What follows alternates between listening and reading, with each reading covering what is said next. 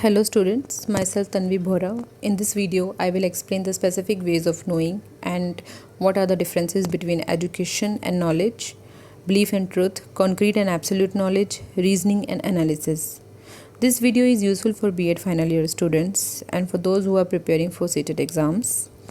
I explained the basic concepts of knowledge, some sources and types of knowledge in my last video. So please press like and subscribe button after watching this video if you like this video. So let's start. The specific ways of knowing. What is knowing?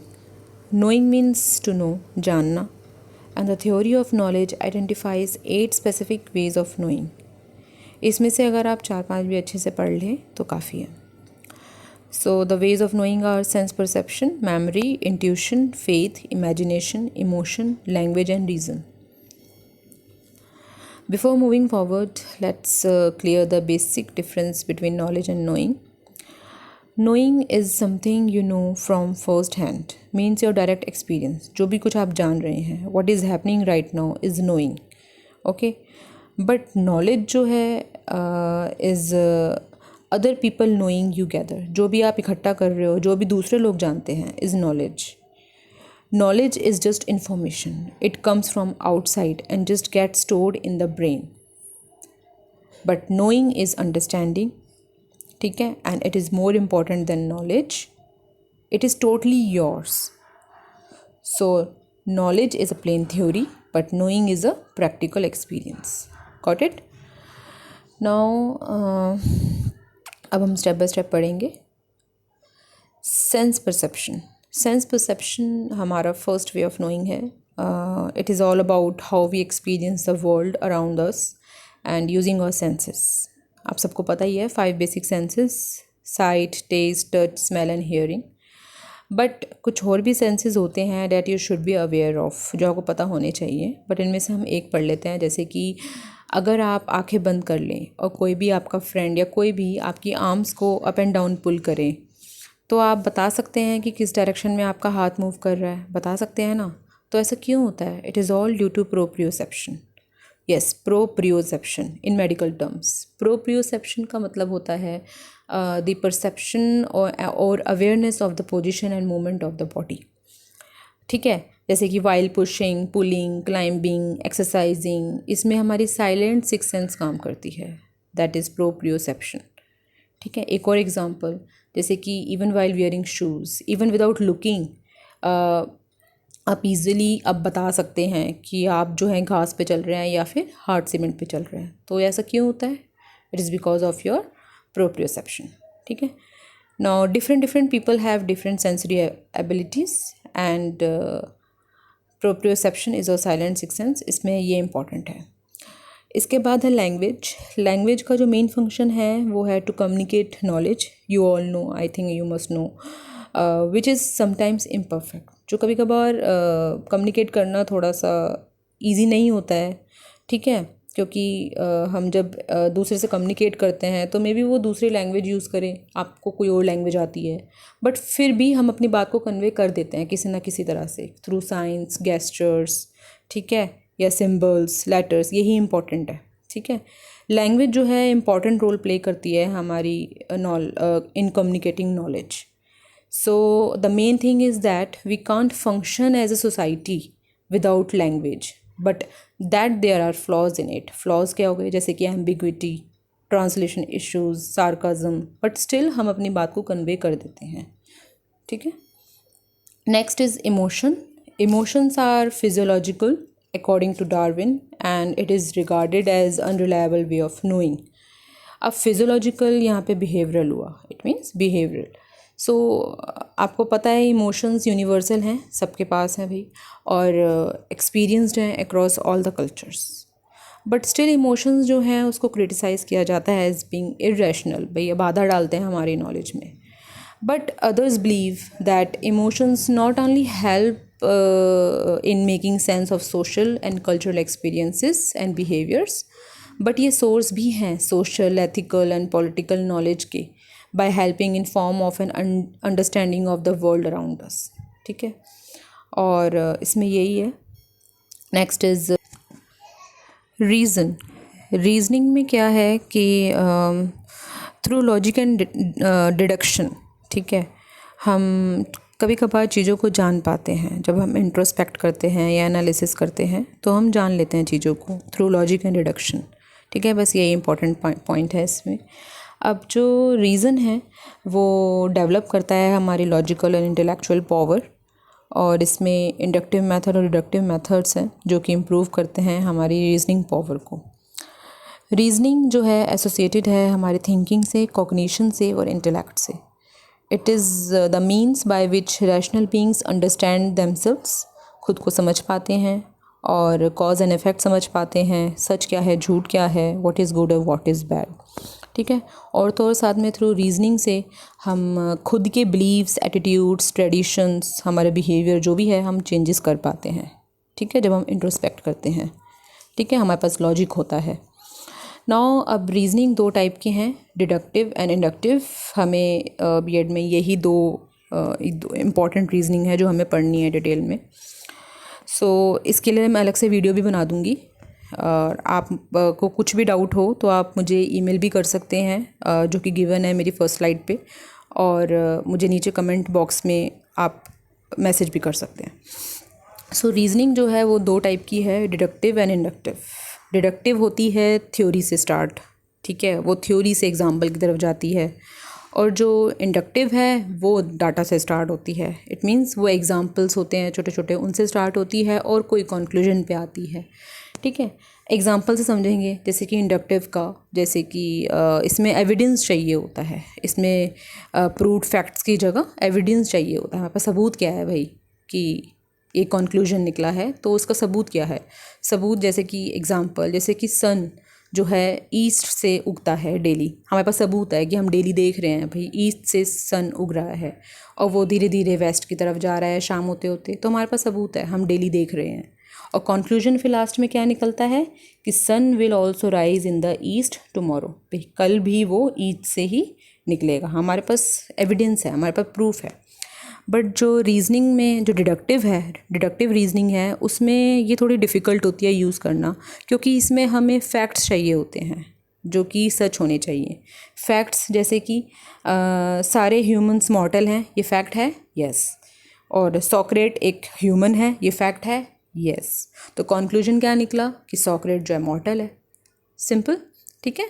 So this is called deductive reasoning. जो deductive reasoning है वो hypothesis form कर लेती है और facts, rules, definitions, properties ये सब use करती है और कंक्लूजन पे पहुंचती है। ये क्वांटिटेटिव रिसर्च है।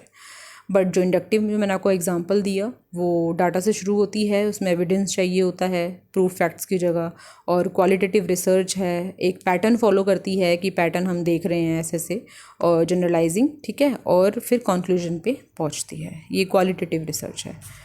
So all about the reasoning. Now come to imagination. Imagination में क्या होता है कि it is a mental representation of something. Yes. Imagination is a mental representation of something. It is sometimes viewed in a broader way as being associated with the creativity, problem solving and originality. ठीक है। It is useful in model making, और science के अंदर theory creation में भी useful है, और arts के अंदर जो हमारे जो स्ट्रक्चरल प्रॉब्लम्स हैं उसको सॉल्व करने में भी ये यूज़फुल है। हमारी जो न्यू नॉलेज है उसकी जो डेवलपमेंट है उसके लिए इमेजिनेशन ज़रूरी है। Next is faith. फेथ में क्या होता है कि फेथ कांस्टेंट है, एक ब्लाइंड बिलीफ है ऑफ समथिंग और समवन। किसी के भी बारे में या किसी भी चीज़ के बारे में एक ब्लाइंड बिलीफ होना इज़ फेथ। एंड इसमें एक थोड़ा लेवल ऑफ ट्रस्ट होता है, हमें एक क्या होता है, फेथ है, ठीक है, किसी के बारे में, किसी चीज़ को लेके, क्योंकि इसमें थोड़ा सा सच होता है। Because of this faith has only recently been considered a way of thinking as it can affect greatly your perception both in senses and opinion. अच्छा क्या है कि काफ़ी सारे लोगों के लिए फेथ जो है एक तरीका है कि वो दुनिया को समझ सकते हैं, एक्सप्लेन कर सकते हैं, ठीक है। और समझ आया? ओके। तो फेथ जो है वो लोगों के लिए, कुछ लोगों के लिए एक की है, एक तरीका है कि वो दुनिया को समझ सकते हैं, एक्सप्लेन कर सकते हैं। फेथ को हम रीज़न के साथ भी कंट्रास्ट करते हैं, और कई सारे रिलीजन्स जो हैं वो फेथ और रीज़न को इंटरडिपेंडेंट भी मानते हैं। अब फेथ एंड रीज़न कैसे इंटरडिपेंडेंट होंगे? एग्ज़ाम्पल जैसे कि सपोज़ जो हमारी नेचुरल थियोलॉजी है, थियोलॉजी क्या होती है? Study of God's. ओके, इसके अंदर क्या है कि वो आर्ग्यू करती है that it is only possible to assess God through reason. God तक पहुंचने के लिए हम रीज़न से पहुंच सकते हैं, ठीक है। Only possible to assess God through reason से हम पहुंच सकते हैं। और कई सारे रिलीजन्स जो हैं वो कहते हैं कि रीज़न जो है as a God given gift, ठीक है। Now let's come to intuition. Intuition is sometimes described as immediate cognition. It is often contrasted with reason, as it is regarded as knowing without the use of rational process. अच्छा, मैं इसको explain करती हूँ थोड़ा। इसे immediate cognition बोला जाता है, जो अचानक से आती है, जो समझ, जो अचानक से जो एक बत्ती जगती है वो, ठीक है, बत्ती जगती है, उस इंट्यूशन कि ऑफन कंट्रास्टेड विद रीज़न, क्योंकि इसे हम रिगार्ड करते हैं as knowing without the use of rational process. कभी कभार में से है बिना लॉजिक के, बिना उसके भी हम कभी कभार कुछ चीज़ों को जान लेते हैं, बता देते हैं, ठीक है। ये थोड़ी सी इंट्यूटिव कैपेसिटी हर किसी में नहीं होती है, किसी में ज़्यादा होती है, किसी में कम होती है। सो ये एसोसिएटेड है with the concept of instinct and इनेट knowledge से। एग्ज़ाम्पल जैसे कि अगर हम कोई पर्टिकुलर लैंग्वेज के बारे में कोई हमें अगर इनेट नॉलेज नहीं है, ठीक है, बट फिर भी हम अपनी जो इंट्यूटिव कैपेसिटी है उससे हम अगर हमें बचपन से कोई लैंग्वेज अगर नहीं मालूम है, हमने नहीं सीखी है, बट फिर भी हमारे पास कुछ इंट्यूटिव कैपेसिटी होती है, इंट्यूटिव पावर होती है, उससे हम लैंग्वेज को सीख सकते हैं या समझ सकते हैं या किसी को समझा सकते हैं, ठीक है। ये सब के अंदर होती है। सो कम ज़्यादा, ओके। सो ये फील्ड ऑफ एथिक्स में भी डिस्कस होती है इंट्यूशन जो है, whether we have moral intuition और innate sense of right and wrong. Now कुछ लोग ज़्यादा इंट्यूटिव होते हैं दूसरों से। अब जो ज़्यादा इंट्यूटिव पर्सन होंगे उसमें क्या होगा, उनके पास मैं बताती हूँ इसमें कि जो इंट्यूशन जो है वो एक टर्म है जो कि यूज्ड होती है to describe a combination of other ways of knowing. अभी जो अदर वेज ऑफ नोइंग हो गए, जैसे कि जो हमारे जो पुराने एक्सपीरियंसेस हैं, prior experiences, high sense of perception और जो एक्टिव इमेजिनेशन है, इनकी वजह से जो कॉम्बिनेशंस हैं इसकी वजह से इंसान जो है हाई इंट्यूटिव हो सकता है, ठीक है। So intuition is a form of unconscious reasoning or reasoning from within, जो हमारे अंदर ही होती है। It is described as immediate cognition and referred to perception through unconscious, जो unconscious mind हमारा होता है वहाँ से जो होता है, ठीक है। Now memory में in order to form a new knowledge, अब न्यू नॉलेज फॉर्म करने के लिए हमें जो है हमारी पुरानी जो मेमोरी है उस पर थोड़ा रिलाई करना पड़ता है। मेमोरी जो है is not itself a source of knowledge नहीं है, but instead it is a process which we use to recall knowledge gained in the past. Major disadvantage इसका ये है कि ये अनरिलायबल होती है। कैसे? जैसे कि कभी कभार जो है हमें हमारी मेमोरी की इम्पोर्टेंस तब पता चलती है जब हम हमारी मेमोरी को लूज़ कर देते हैं, और जब हम इमेजिन करते हैं कि क्या क्या चैलेंजेस हम फेस करेंगे आफ्टर लूजिंग आवर मेमोरी, तो वहाँ पे गड़बड़ हो जाती है। सो ठीक है, so we rely on our memory every day. Memory सब कुछ है, ठीक है। अगर मेमोरी अगर ख़त्म हो गई तो क्या होगा, आपका जितना भी जो पर्सनल नॉलेज है, आपकी पर्सनल डाटा है, वो सारी ख़त्म हो जाएगी। So it is important and because many of our memories seem to be reliable, क्योंकि अब हमें कॉन्फिडेंस क्यों है, क्योंकि भाई हमारे पास मेमोरीज़ हैं। अब सोचो एकदम से मेमोरी ख़त्म हो जाए तो आपकी क्या हालत होगी, ठीक है। So many of our memories seem to be reliable, काफ़ी होती हैं। This gives us confidence that और अदर मेमोरीज आर रिलायबल, ठीक है। और जिस टाइम पे मेमोरी फॉर्म हो रही होती है तो उस टाइम पे जो डिफरेंट डिफरेंट एनवायरमेंटल फैक्टर्स और हमारी जो इमोशनल स्टेट्स हैं उस टाइम पे क्या रही होंगी, वो सब इन्फ्लुएंस डालती है मेमोरी पे। ठीक है। Now what is the basic difference between the education and knowledge. Education जो है एक कंटिन्यूस लाइफ लॉन्ग प्रोसेस है, डायनेमिक है। ठीक है। और इंडिविजुअल और सोशल डेवलपमेंट, ठीक है, it is process of individual and social development. और ये हारमोनियस डेवलपमेंट है किसी पर्सन का, ये कैरेक्टर बिल्ड करती है, हमारे कल्चर और सिविलाइजेशन को प्रिजर्व करती है। और सिर्फ एजुकेशन से ही हम सारे सोशल एवल्स जो हैं और जो भी जितने भी सुपरस्टिशंस हैं जो हमारे सोसाइटी में प्रिवेल हो रहे हैं, हम उनको वो एलिमिनेट कर सकते हैं। सोशल फीलिंग्स जो हैं मैन के अंदर वो अवेकन करती है एजुकेशन। एजुकेशन और नॉलेज में अब क्या मेन डिफरेंस है। अब जैसे एग्जांपल, हम किसी को कहते हैं कि ये एजुकेटेड पर्सन है, नहीं नहीं ये तो नॉलेजेबल पर्सन है। सो दोनों में क्या डिफरेंस है, क्या दोनों सेम है? नहीं। नॉलेजेबल पर्सन वो हुआ जिसको सारी फैक्ट्स या इन्फॉर्मेशन उसके दिमाग में स्टोर्ड है, उसे काफ़ी नॉलेज है। लेकिन एजुकेटेड पर्सन जो है वो एक ओवरऑल पर्सनैलिटी है, ठीक है, एक ऑलराउंडर टाइप है, ठीक है, जिसमें उसके पास नॉलेज भी है, उसके पास प्रैक्टिकल स्किल्स भी हैं, ठीक है, वो एक्सपीरियंस्ड भी है, वो वाइज है। बट खाली नॉलेजेबल पर्सन होना का मतलब ये नहीं है कि वो एजुकेटेड है। ठीक है। एक नॉलेजेबल पर्सन के पास मे बी उसके पास विजडम ना हो, बट एक जो एजुकेटेड पर्सन होता है हम मानते हैं कि उसके पास विजडम होती है। अच्छा, एजुकेशन जो है, अब डिफरेंस देखते हैं। ये फॉर्मल है, हम इसको फॉर्मल लेते हैं स्कूल्स कॉलेजेस में जाके। नॉलेज जो है इनफॉर्मल है, इसे हम कैसे भी ले सकते हैं। ठीक है। अब acquired through formal institutions education, knowledge जो है वो हम रियल लाइफ एक्सपीरियंस से हम नॉलेज लेते हैं।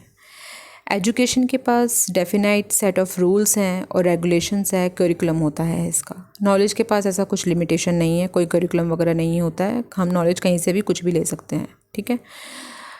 लर्न फ्रॉम बुक्स, एजुकेशन जो है किताबों से सीखी जाती है और एज के साथ साथ ग्रो करती है। ठीक है। बट नॉलेज जो है वो सराउंडिंग के आसपास से सीखी जाती है। ठीक है। कुछ भी नॉलेज ले लेना, आसपास हमने कुछ भी सीख लिया, बच्चे से सीख लिया, पेरेंट्स से सीख लिया, ठीक है, पीयर से सीख लिया, कुछ भी, इसमें हमारी ज़्यादा एफ़र्ट्स नहीं लगती, हम खुद से सीख लेते हैं, नॉलेज हमें मिल जाती है, कुछ पढ़ लिया तो नॉलेज मिल गई। बट एजुकेशन जो है वो एक ऑलराउंड डेवलपमेंट है जो कि थोड़ा स्लो प्रोसेस है। और ये पूरी जो हमारी हमारी पूरी जो पर्सनैलिटी है, बॉडी माइंड एंड सोल, उसको वो पूरा अपलिफ्ट करती है एजुकेशन। ठीक है। एक जो है it is taught by teachers, education जो है हमें टीचर्स से मिलती है। ठीक है, प्रॉपर। और नॉलेज जो है हम खुद से ले सकते हैं। ठीक है। ये हो गया नॉलेज एंड एजुकेशन। नॉलेज मैंने आपको फर्स्ट स्लाइड में भी बताया था। वैसे तो ये अवेयरनेस है और अंडरस्टैंडिंग है of particular aspect of reality, और it is a clear lucid information है जो कि हम गेन कर सकते हैं through the process of reason से अप्लाइड टू रियलिटी, अगर हम रियलिटी में अप्लाई करें। Okay, now come to belief and truth. इसमें तो नहीं है बिलीफ एंड ट्रुथ। अब बिलीफ एंड ट्रुथ और फेथ, ये भी तीन चीज़ें हैं। और बिलीफ एंड फेथ को लोग एक मान लेते हैं, जबकि ये एक नहीं होता है। इसमें क्या है कि बिलीफ में feeling that something is good और बैड, ठीक है, ये अपना एक पर्सनल स्टेटमेंट है। इसमें बिलीफ जो है सब्जेक्टिव है और हर किसी के लिए डिफरेंट है for different people. Values and faith पे ये बेस्ड होती है। पर जो ट्रुथ है वो it is something that has been proved bye facts के थ्रू ये प्रूव्ड होता है। एक यूनिवर्सल स्टेटमेंट है, या तो सच होगा या तो नहीं होगा। इसमें कोई ज़्यादा कहानियाँ नहीं बना सकता कोई भी, या तो सच है या तो नहीं है। ऑब्जेक्टिव है, सबके लिए एक ही होगी, बट बिलीव सबके लिए एक नहीं होता है, आपको पता ही है। सबके लिए अलग अलग व्यूज़ होते हैं, सबके अपने अपने ओपिनियन होते हैं।